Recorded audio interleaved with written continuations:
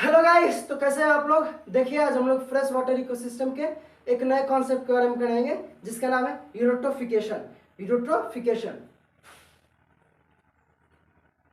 Utero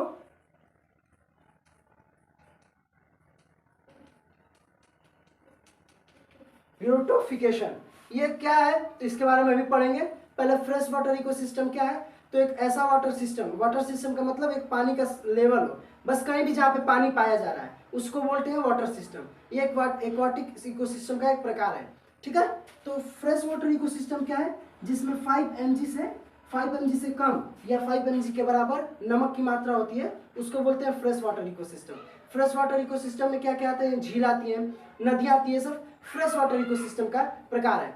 अब समुद्र को ले लीजिए, तो समुद्र फ्रेश वाटर इकोसिस्टम नहीं है, क्योंकि उसमें नमक की मात्रा 35 mg के बराबर पाई जाती है, 35 mg उससे ज्यादा, इसीलिए उसको बोलते हैं मरीन इकोसिस्टम।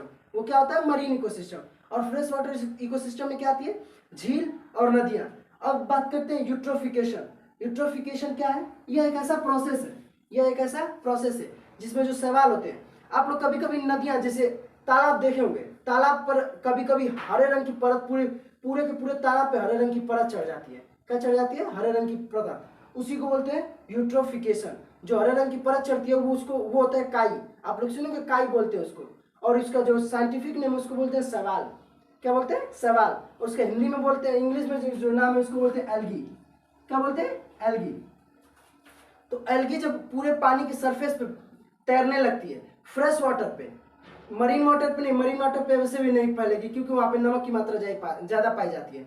जब एल्गी पूरे के पूरे सरफेस पे तैरने लगती है तो उसको बोलते हैं एल्गल। क्या बोलते हैं, algal. Algal Bloom, algal Bloom. अब आप लोग इसका हिंदी मीनिंग मत खोजिएगा, हिंदी मीनिंग इसका नहीं होता है, इसको एल्गल ब्लूम ही बोलते हैं। जब वो काई होती है वो पूरे सरफेस पे, चाहे तालाब हो, चाहे झील हो, या चाहे नदी हो, पूरे सरफेस पे जब फैल जाती है तो उसको बोलते हैं एल्गल ब्लूम। और ये होता किस वजह से, जिस वजह से होता है उसको बोलते हैं यूट्रोफिकेशन। तो होता किस वजह से, तो देखिए जो आसपास आप लोग देखेंगे, कृषि में जो फर्टिलाइजर्स का यूज होता है, जो उर्वरक जो मतलब पेड़ पौधों को बढ़ाने के लिए यूज किए जाते हैं, जैसे नाइट्रोजन हो गया, फास्फोरस हो गया, इन सब का यूज किया जाता है। तो वो जब नदी में जाते हैं या झील के किनारे में जाते हैं तो झील में जाके मिल जाते हैं और उसमें नाइट्रोजन और फास्फोरस की मात्रा बढ़ जाती है। इसके बढ़ने से होता क्या है, पेड़ पौधे और तेजी से बढ़ने लगते हैं। देखिए जैसे मान लीजिए यहाँ पे एल्गल ब्लूम समझने के बाद, यहाँ पे मान लीजिए कोई वाटर का सरफेस है, ठीक है, यहाँ पे कोई जमीन है, लैंड है, और यहाँ पे ये वाटर सरफेस है। इस वाटर पे होगा क्या, यहाँ पे पेड़ पौधे होंगे, बड़े बड़े छोटे बड़े, और यहाँ पे कृषि का मान लीजिए कोई छिड़का हुआ कृषि का, तो यहाँ से न्यूट्रिशन कहाँ कहाँ आ गए, नाइट्रोजन, क्योंकि फर्टिलाइजर में नाइट्रोजन होता है, फास्फोरस होता है, फास्फोरस, नाइट्रोजन और फास्फोरस। नाइट्रोजन और फास्फोरस कहाँ पे आ गए, नदी में। तो नाइट्रोजन और फास्फोरस के आने से होगा क्या, यहाँ के जो पेड़ पौधे वो तेजी से बढ़ने लगे, और यहाँ पे जो अरिया, जो इसके किनारे किनारे जो काई पाई जाती है जिसको शैवाल बोलते हैं, वो जो पाई जाती है वो भी बहुत तेजी से बढ़ने लगते हैं। उसके तेजी से बढ़ने पर ये पूरे का पूरा सरफेस जो है उस एल्गी से भर जाता है। एल्गी से भरने का मतलब उस हरी हरी काई से पूरा भर जाता है। आप लोग कहीं देखे होंगे जो एक रुका हुआ पानी होता है तालाब की तरह, उस वहाँ पे हरी हरी आपको लोग परत दिखती है, वो जो पर्वत होती है उसी को बोलते हैं एल्गल ब्लूम। क्या होता है वो, एल्गल ब्लूम। और ये होता किस वजह से, तो ये नाइट्रोजन और फास्फोरस की ज्यादा मात्रा के पहुंचने की वजह से। तो जब नाइट्रोजन और फास्फोरस किसी फ्रेश वाटर इकोसिस्टम में ज्यादा मात्रा में पहुंच जाते हैं तो उसको बोलते हैं यूट्रोफिकेशन। यूट्रोफिकेशन की वजह से होता क्या है, जो काई है वो पूरे सरफेस पे फैल जाती है, तो काई को फैलने की वजह से उसको बोलते हैं एल्गल ब्लूम। एल्गल ब्लूम से होता क्या है, सूर्य का प्रकाश उस नदी के पानी के अंदर नहीं जा पाता है। नहीं जाने से होता क्या है, जो उसके अंदर हरे पेड़ पौधे वो खाना मतलब भोजन नहीं बना पाते। भोजन नहीं बना पाने से मछलियां जो इनको खाना नहीं मिल पाता है, मछलियों को खाना नहीं मिलने से जो वो मरने लगती है, और उनके मरने से फिर जो डिकम्पोजर जो बैक्टीरियाज है वो उनको खाने लगती है, और उनको खाने के लिए ना ऑक्सीजन की आवश्यकता होती है। तो उनको खाने के लिए ऑक्सीजन की आवश्यकता हुई, ऑक्सीजन बाहर से तो मिल नहीं रहा है क्योंकि हरी हरी परत जमी है, तो कहाँ से लेती है, तो जो जल होता है वहां से वो ऑक्सीजन की मात्रा को सोखती है, जो बैक्टीरियाज है। किस लिए, ताकि उनको डिकम्पोज किया जा सके, उन्हें तोड़ा जा सके, खत्म किया जा सके।